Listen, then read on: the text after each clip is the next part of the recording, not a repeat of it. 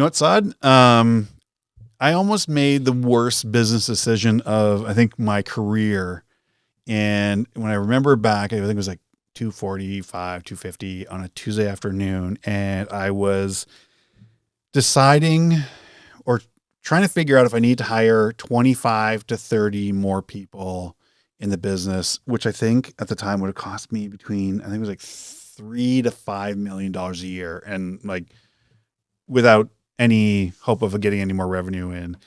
And I think the craziest part to that whole thing was I thought I was being super strategic.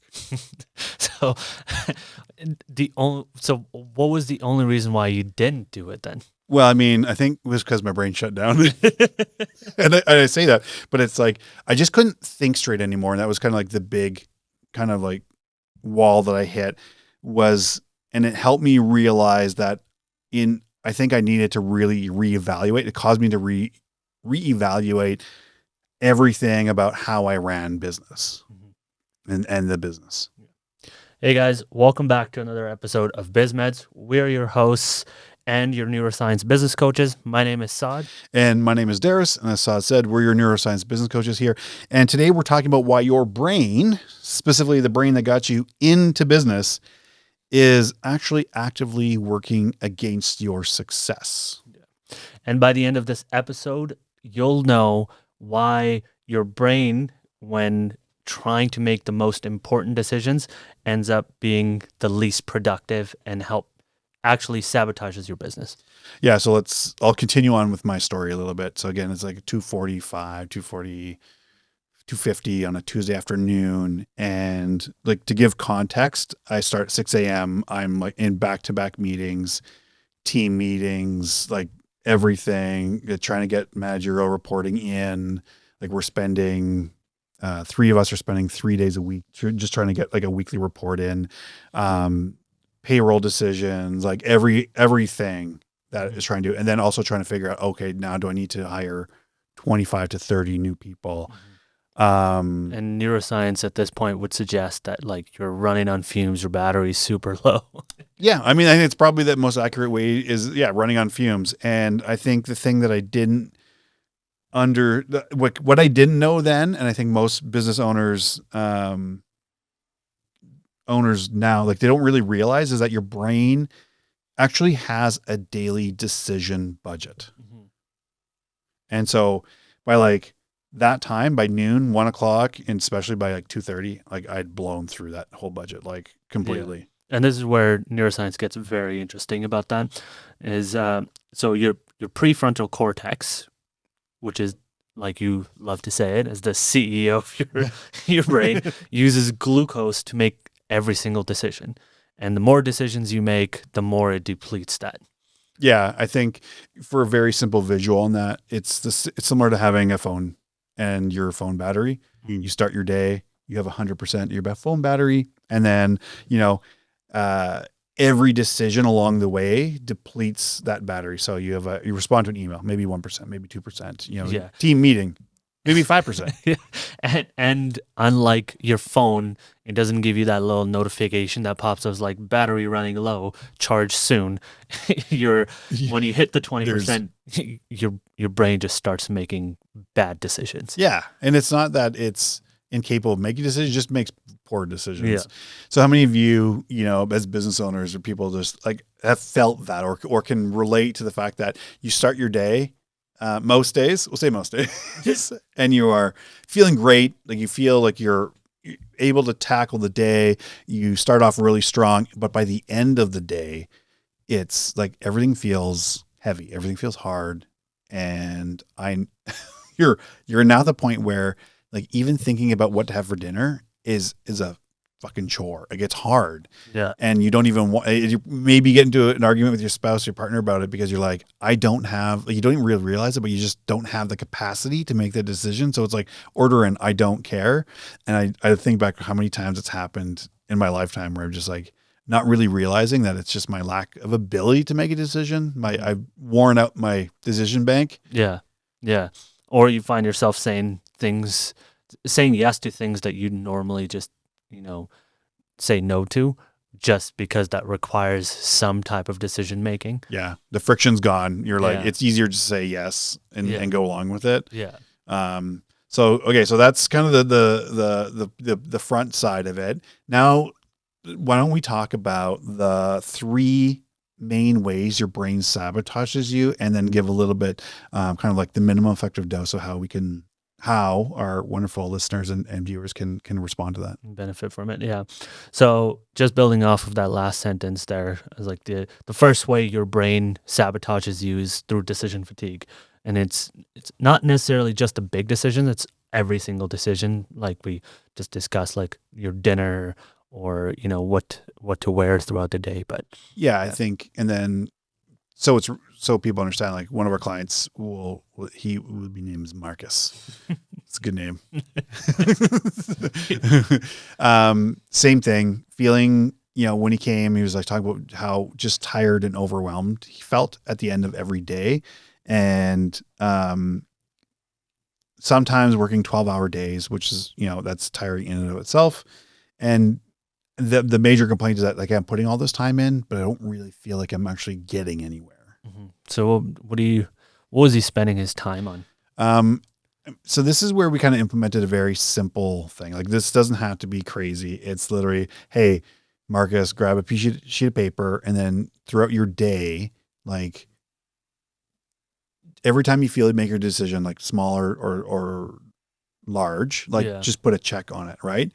And then I think one of the days it was in excess of 150, 160 decisions. Like, it just, like a lot of decisions. Yeah. So if you think about, like, per hour, it's a lot of decisions per hour. Yeah. 100. So like those check marks that they did throughout the day is like to 150, 160 decisions. And the funny thing about that is, like, they're not all business decisions. They're just throughout the day. Yeah. Like, that was the interesting thing, is when we start to, they weren't all related to, like, when he felt he wasn't getting anywhere, he was like, I want to grow the business. And so that's what we realized. Like, a lot of these actual decisions had nothing to do with growing the business. Mm-hmm. And that's a lot of time, that's a lot of energy that's being wasted on nothing, really. Yeah. So here's your first minimum effective dose. Batch your decisions. Like, kind of think. So what I do in my day is, like, I'll batch my first small decisions between 8 a.m. to 9 a.m. And then I'll do a second batch between 4 to 5 p.m. This is where I'll do all my small decisions, like who to respond to, what are the responses over email, and like who I need to set up a coffee with next, who I need to meet next, like the little scheduling stuff. Yeah. And what am I having for dinner? And at 8 a.m., like, what should I be having for lunch, type of thing. Yeah. I would say even, email batching is a good one. We've talked about that before. So can you, instead of keeping your email open all day, just schedule yourself two times a day where you actually look at your emails, because the things that are really important, they usually tend to get a phone call, or if it's really priority, they'll get a phone call or something. So, like, do that kind of stuff, because then what you're doing is you're saving as much of that decision power for when you really need it, and taking every time you decide to check your email, we'll just take that decision right away and batch it for yourself.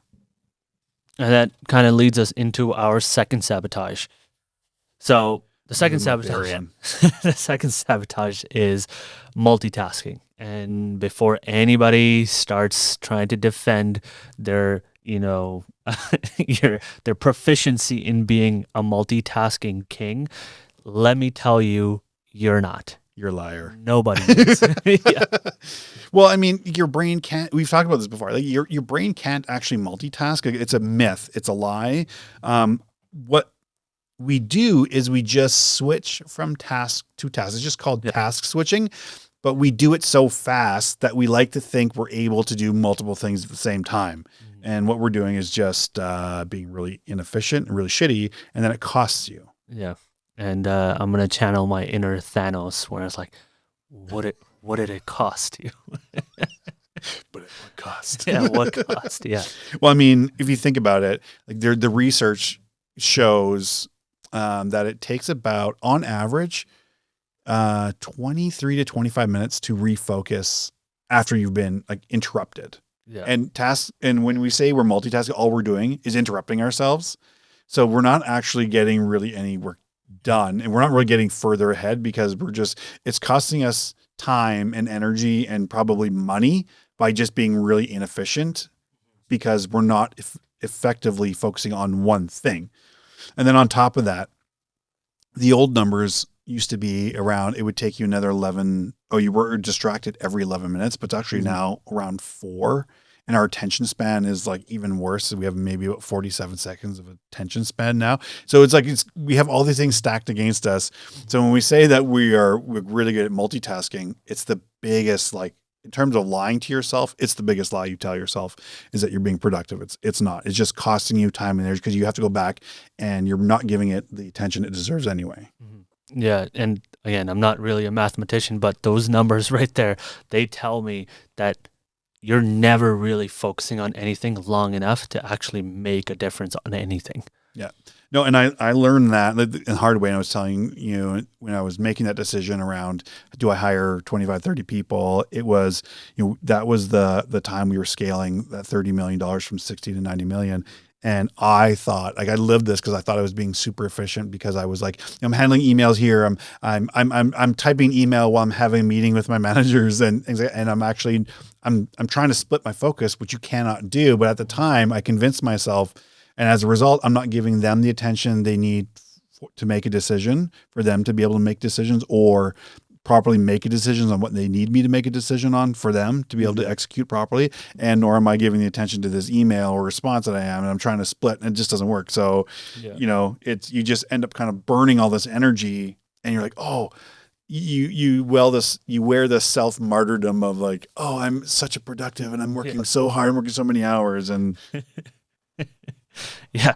And you're actually not. No, not at all. Yeah. So that's what it is. Yeah. So the minimum effective dose number 2 is single tasking or just blocking out your time only to focus on a single task. Yes. So if I'm trying to make a decision, a strategic decision for the business where I need to, spend my time and effort in terms of landing more work or whatever, I'm not doing a grocery list at the same time. Yeah. Because neither one is going to be responding to an email. Right. It's, it's just pure focus on that one task. Pick we say focus block, flow block. It's the same thing. 90 minutes, kind of like unadulterated, very focused time that you want to focus on that thing. And your phone's off, your door's closed if you have one. You're working in an environment that's conducive. You just being able to focus on one key important item that will help you move the needle. So that leads us into our third sabotage, which is also one of the most dangerous sabotages that your brain pulls on you, and it's called the stress response hijacking. Yes. I mean, this is one that I see happen a lot with business owners because let's be honest, like the time as a business owner can be very stressful. So when you're stressed, you're going to respond a certain way, and your stress response will hijack your normal response. Yeah. And it's kind of like what you'd call like a survival mode. And that's the worst thing for your business. Yeah. If you haven't heard us say it before, we'll say it again, is when we're working with clients, working with leaders, it's when emotion goes up, intelligence goes down. And the reason for that is a very visual, maybe easy way to understand is if you take your hand, put your thumb in and close your fingers around, like that's a kind of the cross section of the brain. And over here at the front where your little finger, your pinky finger is that kind of your prefrontal cortex. But where your thumb is tucked underneath, like that's your amygdala. That's where the stress response lives in your brain. And so when your emotion goes up, the blood actually diverts from your prefrontal cortex into your amygdala, which is that fight, flight, or freeze. Yeah. And now you're making stress-based decisions and fear-based decisions and not logical, good decisions. Yeah, exactly. And they're not strategic at all. Just quick shout out and a name drop. Hi, Sarah. Darris, you want to... But your name has been changed. Yeah. Darris, you want to tell the story that we had to deal with on Sarah's business? Yeah, Sarah, again, name's changed. So, but you know who you are. Runs a consulting firm, extremely intelligent, extremely smart. And And the one thing that we had to work on with Sarah is every time the stress went up because around cash flow got tight, there was a panic reaction. And then what would happen is try to get quick cash flow, take on bad clients. And what do you mean bad client? I think, I guess how we define a bad client is one that they're poor payers. Like they take forever to pay. You spend more time trying to collect what's due than, it took you to do the work. Yeah. They take up too much time. They complain about everything. They're just time and energy vortexes. They just suck up everything. So that's kind of like what we describe as a poor client. And then when you take that on, you're just increasing the stress. So you're not actually solving the problem. You're making it worse and worse without really realizing, because you made a decision in a bad moment and it just compounds. Yeah. And you think you're trying to solve a money problem, but in reality, what it's actually doing is it's creating more money problems, and that's just adding on, and it's making the it's a cyclone of shit. Yeah. It just gets worse and worse. So in order to deal with this one, this is all about kind of re-regulating your nervous system. So the minimum effective dose for this one that we use with clients, we teach clients, is just a box breathing exercise. Mm-hmm. And a standard box breathing exercise is 4 seconds inhale, hold for 4, exhale for 4, hold for 4. Right. So you can do that. The other variation of that we like to do is when you exhale, extend it to 6 or 8 seconds. That will help, again, re-regulate your nervous system. Mm-hmm. So then, now that we have that, we talked a lot about that. Let's talk about kind of like, we've talked about how your brain sabotages you, kind of like little things you can do to kind of counteract that sabotage. There's been effective doses, but then like in terms of like the larger solution framework, let's dive into that. Well, so we've given you 3 ways that help you utilize your biology to work with you instead of working against you. So it's kind of what we call the brain optimization system. Yeah. And so with that brain optimization system, there are 3 kind of like, I guess there's 3 simple rules that you can use, kind of like guidelines to kind of like help your business decisions flow with how your brain actually works. Yeah. So let's hop into rule number 1. It's protect your peak hours. So for me, personally, I find myself being super, super productive between 9 a.m. to 1 p.m. Those are my peak hours. They might be different for you. And this is why we say that, someone else's routine is not necessarily going to work for you. You need to figure out what works for you. Yeah, absolutely. And for me, it's like 5, 6 a.m. Like I said that before. Yeah. It's going to be early. And that's kind of when I do all my very focused, high cognitive work. Like my deep work is in those times. And strategic thinking, solve my hardest problems, and then I kind of relegate my more admin tasks to later on. So that's where that goes. Yeah, it's the same thing for me. Like you got your admin tasks. I'll do my small chunk from 8 to 9, where I know like I'm kind of spooling up, getting ready to go. I'll do a couple of admin tasks then, and then I'll do the rest in the late afternoon, evening, knowing that like I can still use the remainder of my battery power to kind of wrap up the little things that I need to get done before, calling it for the day. Yeah. And how you make rule 1 even more effective is use rule number 2, which is eliminate decision pollution. So like all those tiny decisions that are eating up your battery, we want to eliminate or automate as many of those as possible. Mm-hmm. And, you've probably seen this on a much larger scale where you've got your Steve Jobs that are wearing the same clothes every single day, or someone for Obama picking out a new suit or whatever he's going to be wearing for the day, just picked out, ready to go. So if you haven't noticed, if you've been watching us for a while, we actually did the same thing with the podcast because it was a pain in the ass and we were burning up way too much energy trying to figure out, hey, what do we wear for this episode? And it became very simple. Like, hey, white shirt, black shirt, we both own each of Alternate, them, and we just alternate back and forth. Yeah. There's zero thought about having to figure out what outfit and it doesn't really matter, Yeah. right? It's just cool. Like one simple rule eliminates so many. So you want to, again, use that as an example. You don't have to go as far as I got to wear the same clothes every day. Yeah. But you can use that framework. And by doing that, you'll actually, and in conjunction with rule 1, you'll be making less decisions overall. Yeah. And that transitions us into rule number 3, which is build recovery rituals. And when I say recovery ritual, is basically what helps you recharge. And the example I like to use here is like an iPhone charger is not going to charge an Android phone. You need to figure out what works for your body and the older models. The older models. Yes. When I switch from Lightning. Yeah, and it's, we hear that the whole recovery ritual, and it's like, oh, yoga or meditation. Like, look, those work too, but it's not about that. It's about giving your prefrontal cortex, right, that state where it's not having to make decisions. It's able to just not do things, and that allows it to recharge and recover. Yep, exactly. And that could be as simple as like kind of just taking a walk without your phone. You can't be out for a walk and still scrolling your Instagrams or your TikToks, or just sit out and stare out at nature. Just look out the window for a little bit. Do something that requires zero decision. Just lay down outside on the grass for a little bit. Just no thinking involved. I mean, those are like, it's funny we say that, but they're so overlooked. Like, even when you're in a flow state and things like that, like just staring at the wall or things like that, like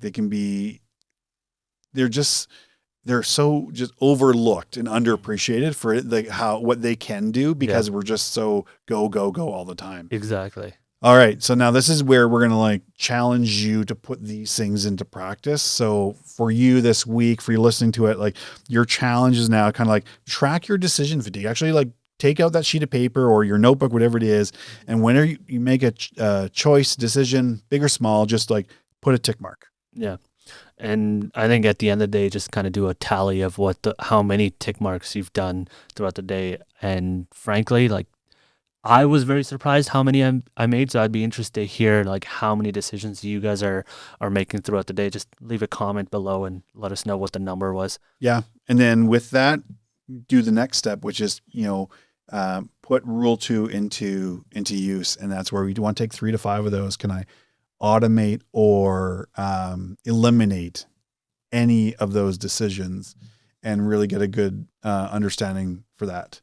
So that could be on, deciding what you eat for breakfast every day. They just say, hey, I'm going to decide when to eat this one thing for breakfast every day. And you leverage one decision to kind of eliminate having to make 5 to 7 decisions every day. Yeah. Yeah. One of the things we try to get across a lot of times is that your brain is not broken. It's just not wired or designed for the modern day business world. And we're here to kind of help dispel those myths. Yeah, absolutely. And then when you understand how your brain works, which is why like the neuroscience of this is so important, you start to understand how your brain works. It's easier to design things to scale your biology so you can scale your business. And that is the whole point of this. So thanks for listening, everybody. Next week, we're going to be diving into the 4 triggers that can double your revenue. And Darris is going to share how he was able to use a scalable playbook that allowed him to scale a business to $30 million, over $30 million. Yeah, from 69 to million. And we'll talk a little bit about why most productivity advice actually makes you less productive. Mm-hmm. I guess that's the way. You know what? I think this is about time we can wrap this one up. This has kind of been it's been a mouthful, but I think in terms of, this is really around the minimum effective dose and helping you understand why, when you're feeling stuck, when you're feeling like you're doing a lot, but nothing is happening, why your biology and your brain are working against you and what you can do about it. Mm-hmm. So if you've been here with us since the beginning, my mom, Saad's mom, thank you so much. Love you. We appreciate you. If you've been around, again, not our moms, but been around from the beginning, thank you. We love you. If you just joined us and, again, we're BizMeds. We're here to give you the minimum effective dose for your business. I'm Darris. My name is Saad. And we just want to thank you. And if you want to learn actually how to take this information and apply it, well, we have an exact masterclass built on this to help you put these into action with all of the templates and the tools to be able to do that and reclaim more than just a couple hours. It's about 2 days a week back of your life. Sign up at the free masterclass below. It's free, and we'll give you every tool you need to kind of like reduce that overwhelm. And so with that, if you learned anything, you loved it, you learned anything at all, all that we ask is that you share it with someone that you care about.